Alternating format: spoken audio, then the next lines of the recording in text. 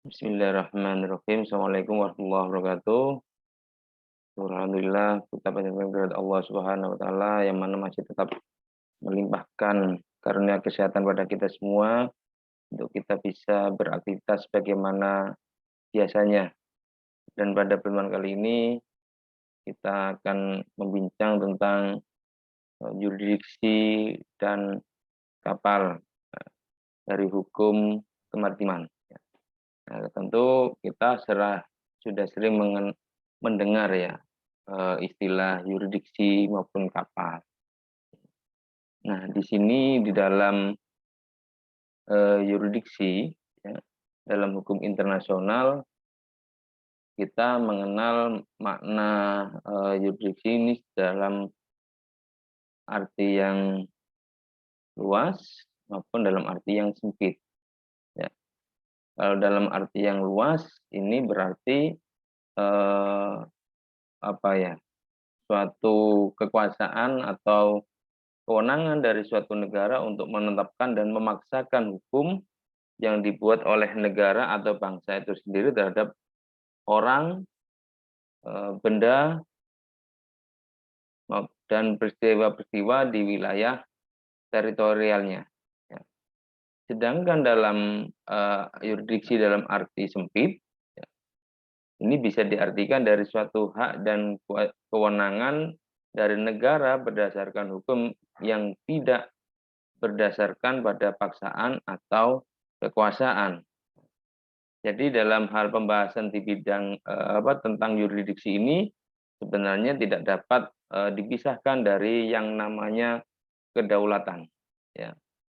Jadi bisa dikatakan yurisdiksi ini merupakan manifestasi dari adanya kedaulatan dari suatu negara, di mana kedaulatan ini pada dasarnya mengandung dua aspek, yaitu aspek internal maupun aspek eksternal.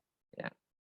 Nah, aspek internal ini berupa kekuasaan tertinggi untuk bisa mengatur semua hal yang terjadi dalam batas-batas wilayah dari suatu negara. Ya.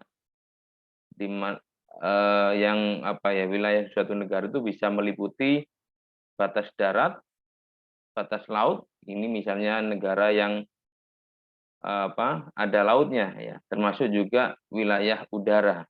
Ya. Nah, sedangkan dalam aspek yang eksternal ini merupakan kekuasaan tertinggi untuk mengadakan hubungan dengan anggota masyarakat internasional maupun mengatur semua yang terjadi di wilayah negara yang berkaitan dengan kepentingan suatu negara, ya, atau kepentingan negara bersangkutan. Ya. Jadi kalau kita berdasarkan adanya kedaulatan, maka dapat diturunkan bahwa hak serta kewenangan negara untuk mengatur masalah intern maupun eksternnya, ya, di mana ada pendapat ahli yang bernama Imre Anthony, ya, yang menyatakan bahwa yurisdiksi ini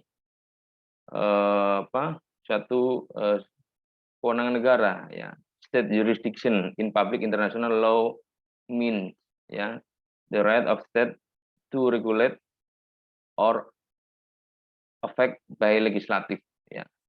Jadi kalau kita terjemahkan dalam yurisdiksi dalam makna harfiah, ini harfiah dalam bahasa Indonesia yang berasal dari bahasa Inggris, jurisdiction, ya, yang mana juga berasal dari bahasa Latin jurisdictio, ya. Ini terdiri dari dua suku kata, ya. Dua suku kata, yang pertama juris, ya, yang berarti kepunyaan, ya, kepunyaan menurut hukum tentunya, ya, dan juga diksin, ya. Diksi ini berarti apa? Ucapan, ya, ucapan, sebutan, ya, yang mungkin dari dua kata yuris dan diksin ini bisa disimpulkan bahwa makna dari yurisdiksi ini bisa bermakna kepunyaan seperti yang telah ditentukan oleh hukum, lalu hak menurut hukum, kekuasaan menurut hukum, maupun kewenangan menurut hukum. Ya. Jadi secara singkat dan sederhana, yurisdiksi ini dapat diartikan sebagai suatu kepunyaan ya, suatu kepunyaan yang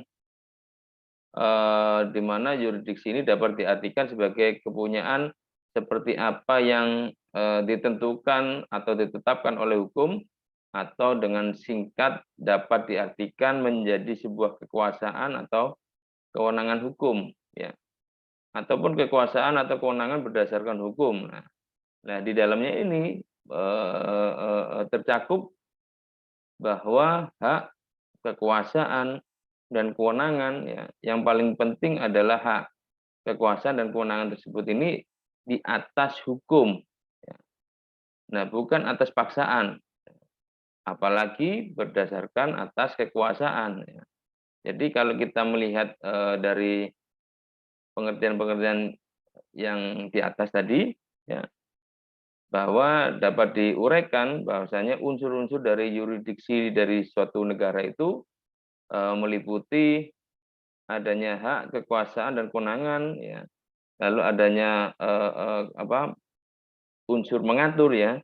Ini bisa dari unsur trias politika ya, yaitu ada legislatif, eksekutif maupun yudikatifnya. Lalu ada unsur objek ya, bisa jadi dalam hal peristiwa, ya, perilaku, masalah, orang maupun benda. Ya, bahkan ada unsur yang tidak semata-mata merupakan masalah dalam negeri. Ya. Dan juga unsur yang berikutnya adanya hukum internasional ya, sebagai dasar atau sebagai landasannya. Ya. Nah, dari yurisdiksi ini juga dibagi lagi jenisnya. Ada beberapa jenis yurisdiksi ya, yang dalam menentukan yurisdiksi negara ini perlu dipahami adanya jenis-jenis dari yurisdiksi negara, yang mana secara umum yurisdiksi ini ada 3, yaitu yurisdiksi untuk mengatur, yurisdiksi atas objek yang diatur, dan yurisdiksi atas tempat terjadinya objek yang diatur. Ya. Nah, dari masing-masing jenis yurisdiksi ini ya, dapat dibagi lagi ya sesuai dengan jenis yurisdiksinya. Ya. Ya, yurisdiksi yang ini bisa dibedakan menjadi yurisdiksi legislatif, ada yurisdiksi eksekutif, ada yurisdiksi dari yudikatif. Ya. Nah, kalau yurisdiksi atas objek yang diatur ini bisa meliputi dari yurisdiksi personal, ya, ada yurisdiksi kebendaan, yurisdiksi kriminal, dan juga yurisdiksi sipil. Ya. Nah, kalau dari yurisdiksi atas tempat terjadinya objek ya, yang diatur ini meliputi adanya yurisdiksi teritorial yang dapat dibedakan lagi menjadi asas yang terdiri dari objek dan subjek. Ya. Lalu ada jenisnya, ya, jenis ini terdiri dari kuasi teritorial dan ekstrateritorial. Ya.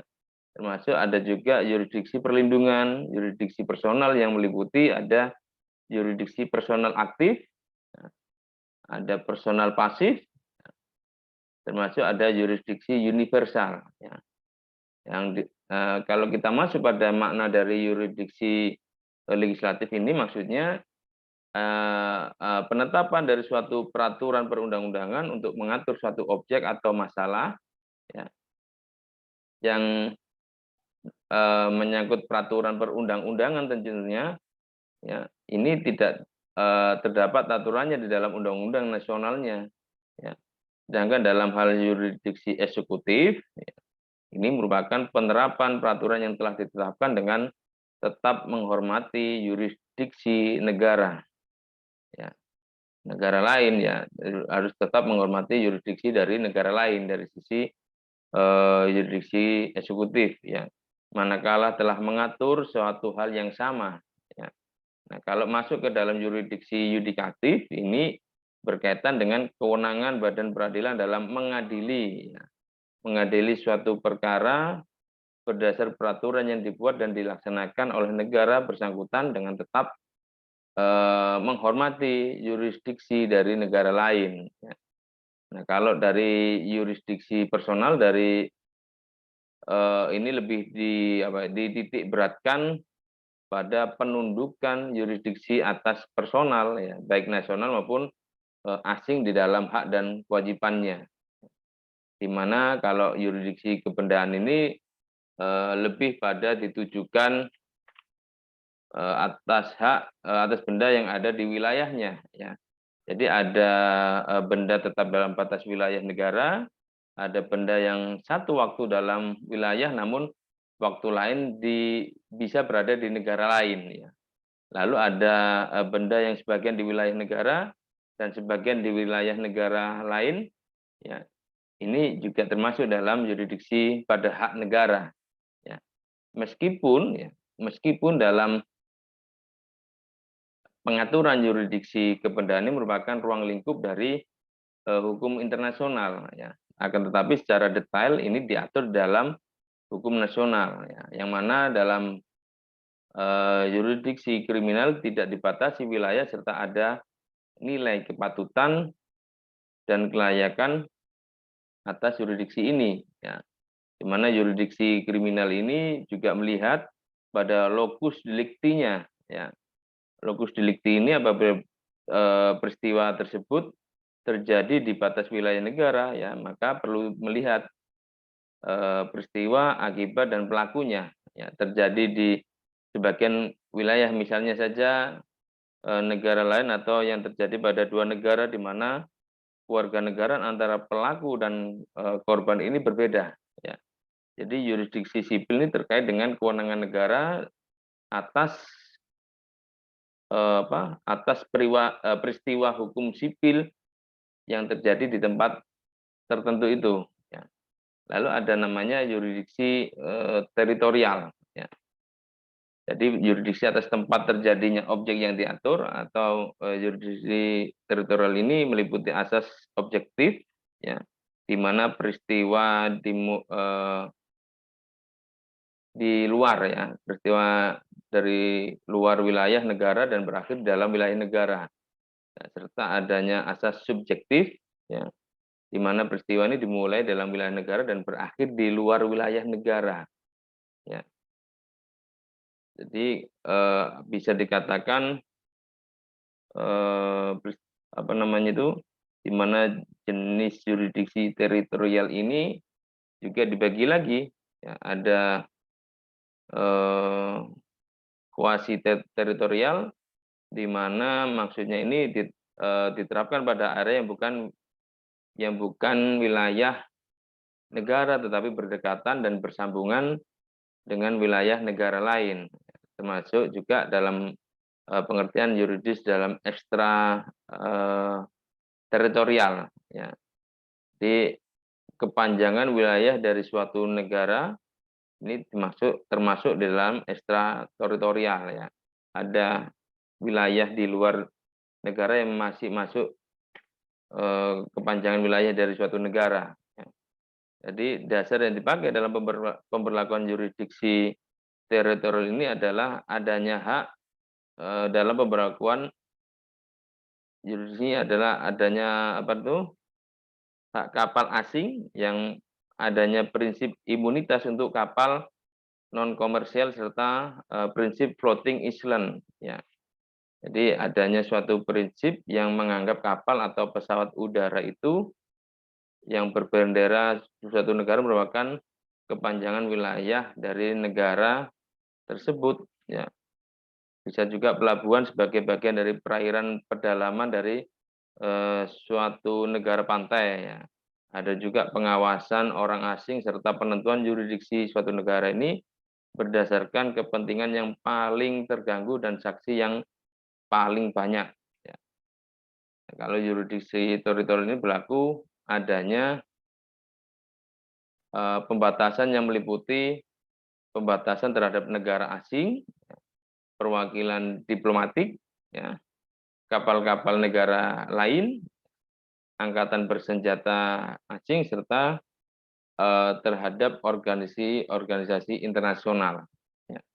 Nah, yurisdiksi personal aktif ini melihat pada pelaku tindak kejahatan ya. Apabila pelaku merupakan warga negara dari suatu negara, maka berdasarkan yurisdiksi personal aktif, negara tersebut dapat menegakkan yurisdiksinya.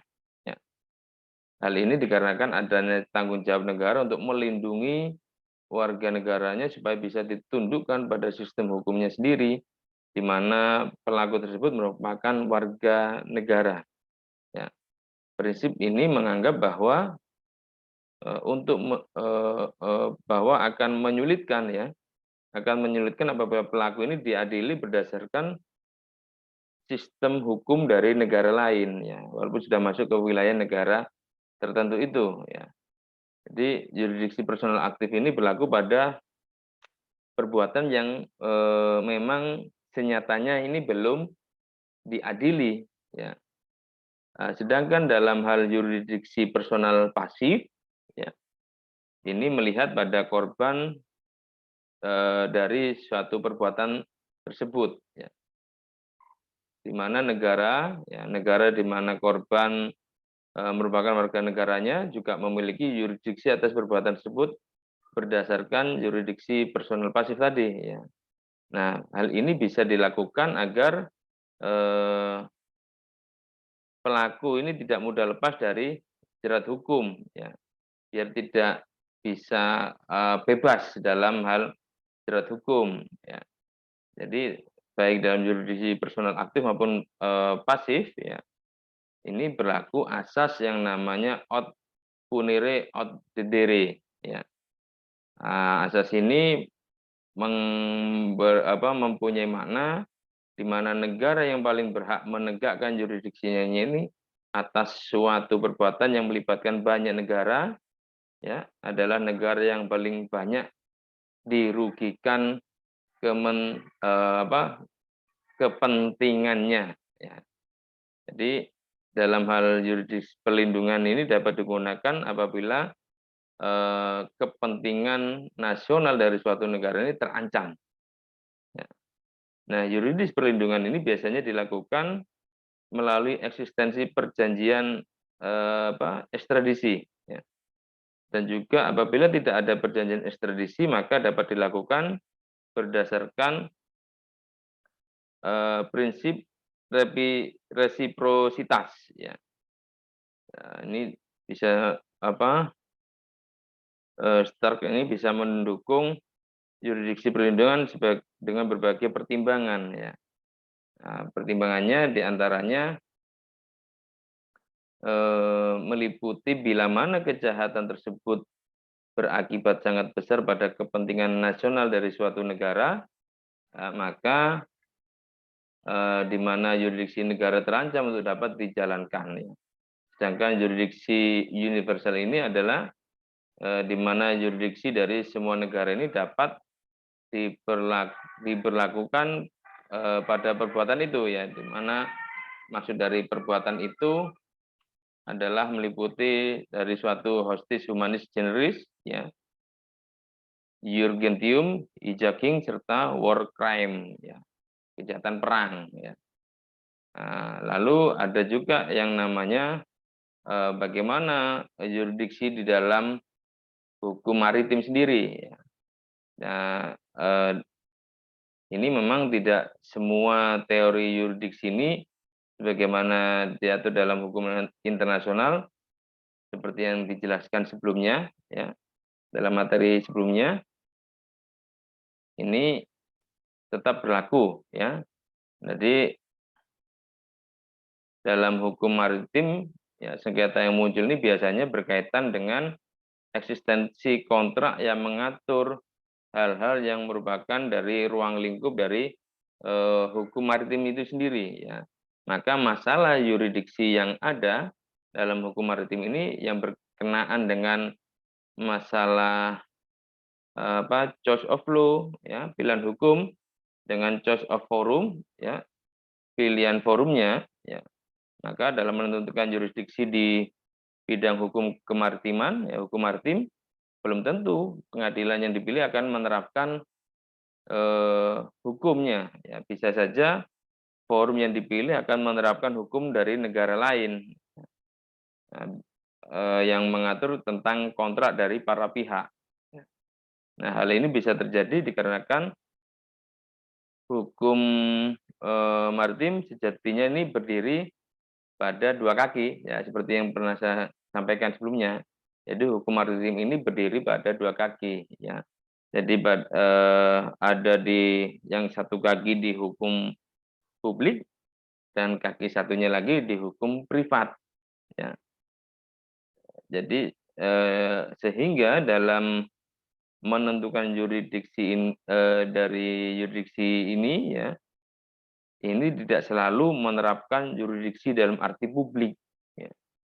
Akan tetapi juga bisa dilakukan menerapkan dalam arti privat, ya, yaitu tentang pilihan hukum dan juga pilihan forumnya, ya.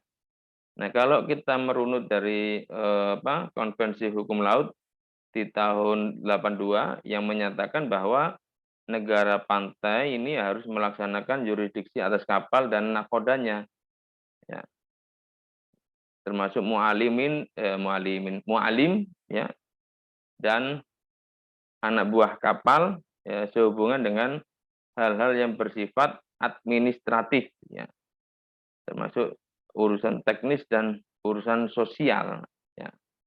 Nah, dalam permasalahan yurisdiksi dalam hukum maritim ini pada umumnya muncul pada charter party, ya, bill of lading, ya, atau pada kontrak pengangkutan laut, ya. Nah, di sini apabila terjadi sengketa dan para pihak dengan mudah setuju atas pilihan forum maupun pilihan hukumnya yang disepakati bersama, maka persoalannya pun akan menjadi mudah dalam penyelesaiannya, ya. Akan tetapi apabila hukum yang mengatur kontrak ini tidak berlaku dikarenakan klaim diajukan, ya, klaim ini diajukan di suatu negara lain dengan sistem hukum yang lain, maka permasalahannya ini akan menjadi makin rumit, ya, makin pelik, ya, karena diajukannya dengan aturan dan negara lain berbeda dengan yang diajukan pada sistem hukum yang lainnya lagi, ya. Jadi misalnya saja di dalam Bill of Lading, ya, para pihak ini sepakat untuk menerapkan Hague Rules, ya. Mungkin saja dalam perjalanannya ini berlaku ketentuan lain, ya. Berlaku ketentuan lain, ya. Bisa saja sebagai contoh, apabila dalam hal pengiriman ke negara Maroko dan sengketa yang muncul ini dibawa ke Maroko, maka pengadilan akan menerapkan Hague Rules, ya, sebagai mandatory law, ya. Dan dimungkinkan, ya, dengan tambahan ketentuan lain yang berlaku di negara tersebut, ya, di negara tujuan Maroko tadi. Jadi suatu klaim ini mungkin terjadi dengan melibatkan pihak ketiga, ya. Pihak ketiga yang bukan merupakan pihak dalam kontrak pengangkutan laut, ya. Misalnya saja mobil yang sedang diparkir di pelabuhan menderita kerugian akibat operasional crane, ya, yang sedang melakukan bongkar muat suatu kapal, bongkar muat di kapal, ya. Maka dalam penyelesaian sengketanya, pengadilan tidak hanya menerapkan hukum atau ketentuan yang disepakati para pihak dalam kontrak pengangkutan laut, ya, akan tetapi juga akan mempertimbangkan, ya, akan juga mempertimbangkan hukum negara pelabuhan di mana pelabuhan itu berada atau pelabuhan negara setempat, ya. Ya, mungkin juga terjadi kecelakaan yang melibatkan beberapa negara, ya, yang melibatkan beberapa negara sehingga berlaku beberapa yurisdiksi, ya. Misalnya saja terjadi tabrakan antara kapal berbendera Norwegia dan juga Brasil di Laut Bebas, ya, yang membawa kargo dari berbagai pelabuhan di berbagai negara dengan kru kapal dari berbagai macam kewarganegaraan, ya. Nah, kapal tersebut ini beroperasi di bawah skema charter party serta sub charter partinya yang berbeda-beda, ya. Dalam situasi seperti ini pasti akan muncul permasalahan yang berkaitan dengan yurisdiksi, terutama apabila pihak-pihak yang terlibat ini tidak mencapai kata sepakat ya, tidak mencapai kata sepakat akan yurisdiksi negara di mana mereka akan melakukan klaimnya. Ya. Ini akan semakin rumit ya jadinya ya. Ya dalam hal ini akan berlaku sebagai hukum nasional serta berbagai konvensi internasional.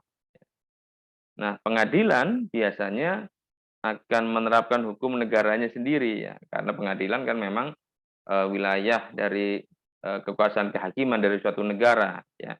Yang pasti dia akan menerapkan aturan di negaranya ya, atau lex fori ya, yang berkaitan dengan prosedur hukumnya ya, sedangkan yang berkaitan dengan hukum yang untuk diberlakukan pada kasusnya ini akan terbuka berbagai pilihan, yang mana biasanya ditentukan oleh hukum nasional atau bahkan konvensi internasional. Jika tidak dapat ditentukan, maka praktik dari pengadilan yang bersangkutan dan juga praktik pengadilan asing ini akan menjadi relevan dalam memutuskan kasus tersebut. Ya. Jika klaim yang diajukan berkaitan dengan tort, ya, maka yang diterapkan adalah hukum di mana kecelakaan itu terjadi. Nah, dalam hal tersebut, hukum negara pantailah yang terdekat. Ya. Jika seorang penumpang kapal berkeluarga negara Norwegia terluka misalnya di atas kapal berbendera Spanyol, maka hukum Spanyol akan berlaku ya, karena kapal itu berbendera Spanyol ya. Yang mana secara umum pengadilan ini akan memperlakukan hukum negara yang paling banyak berhubungan dengan kasus tersebut. Ya. Nah, dalam menentukan wilayah yurisdiksi negara yang dapat diberlakukan, biasanya pengadilan akan mempertimbangkan hal-hal hal-hal waktu yang diperlukan, lalu biaya yang dikeluarkan, kemudian tempat di mana lebih mudah dijangkau oleh para pihak untuk hadir di dalam proses peradilannya. Ya. Ini kalau kita melihat dari yurisdiksi di dalam hukum maritim antara choice of law maupun choice of forum. Ya. Nah, di bagian ini kita mungkin juga akan mencoba mengetahui tentang adanya terminologi hukum yang berkaitan dengan yurisdiksi. Ya. Di sini ada lex causae, ini membincang tentang hukum yang berlaku atas suatu kasus. Ya. Lalu ada lex fori tadi, yaitu hukum forumnya atau choice of forumnya tadi, hukum forumnya seperti apa. Ya. Lalu lex loci contractus ini berkaitan dengan hukum tempat disepakatinya kontrak. Ya. Lex loci contractus. Ya.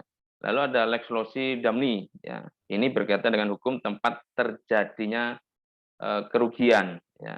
Lalu ada lex loci solutionis. Ya. Ini membincang tentang hukum tempat terlaksananya kontrak. Ya. Lalu ada namanya in personam. Ya, in personam ini itu maksudnya terhadap seseorang. Ya. Ini suatu tipe proses hukum yang ditujukan kepada terdakwa secara personal. Ya. Ini in personam ya, terhadap misalnya saja dalam kasus pelanggaran kontrak. Ya. Dalam hal pelanggaran kontrak atau delik atau kepemilikan dari suatu properti. Ya. Nah, ketika tindakan in personam ini berhasil dilakukan, ya, maka putusannya ini dapat ditegakkan terhadap seluruh aset terdakwa yang real dan personal. Ya. Itu bisa, ya. Baik itu aset yang bergerak maupun aset yang tidak bergerak. Ya. Lalu ada in rem, ya. In rem ini maksudnya terhadap benda, ya. In rem ya. Terhadap benda di mana dari terminologi hukum di sini in rem ini suatu tipe proses hukum ya yang dilakukan oleh peradilan admiralty ya. Admiralty ini dalam sistem yurisdiksi common law, ya, terhadap kapal, ya, yang dan juga seringkali terhadap kargo, ya, terhadap kargo maupun terhadap muatan, ya, yang posisinya ini sebagai tergugat. Ya. Nah, sehubungan dengan tipe tertentu dari hak gade maritim, ya, maritime liens, ya, ini contohnya untuk menegakkan klaim yang diamankan oleh hak gade maritim atau hak hukum in rem, ya, di mana aksi yang bisa dilakukan dalam tindakan in rem ini biasanya disertai dengan penahanan, ya, dengan arrest, ya, yang dari kapal, dari kargo, dari muatan yang menjadi jaminan sebelum putusan diberikan atas atas klaim, ya, yang diberikan atas klaim dan mengkonfirmasikan yurisdiksi pengadilan admiralty ini dalam yurisdiksi in rem, ya. Nah, ketika aksi in rem ini berhasil, ya, maka putusan ini dapat ditegakkan terhadap kapal, terhadap kargo, terhadap muatan, ya, melalui adanya penjualan yudisial, ya, penjualan yudisial. Dan apabila tergugat mengajukan turut campur dalam aksi in rem ini, ya, maka tindakan tersebut akan diproses sebagai tindakan yang mengkombinasikan aksi in rem, ya, aksi personal, yang sehingga putusan yang diambil ini atas tuntutan penggugat yang kemungkinan, ya, akan dieksekusi terhadap kapal, kargo maupun muatan dan juga aset pribadi tergugat lainnya, ya. Nah, aksi in rem ini tidak dikenal dalam sistem negara yang menganut sistem civil law, ya. Namun aksi in personam dapat disertai dengan saisi konservatori, ya. Saisi konservatori atau conservatory attachment, ya, dari kapal, dari kargo maupun dari muatan yang seperti dalam aksi in rem ini menyediakan adanya jaminan sebelum putusan untuk klaim, ya. Lalu ada namanya yang tadi saya sampaikan saisi konservatori atau conservatory attachment, ini suatu tindakan yang dilakukan penggugat, ya, pada awal atau selama persidangan ini berlangsung, ya. Termasuk juga menentukan aset tergugat, ya, real atau personal, bergerak atau tidak bergerak, yang bisa ditahan oleh pengadilan sebagai jaminan klaim dari penggugat, ya. Saisi konservatori, konservatoir atau conservatory attachment, ya.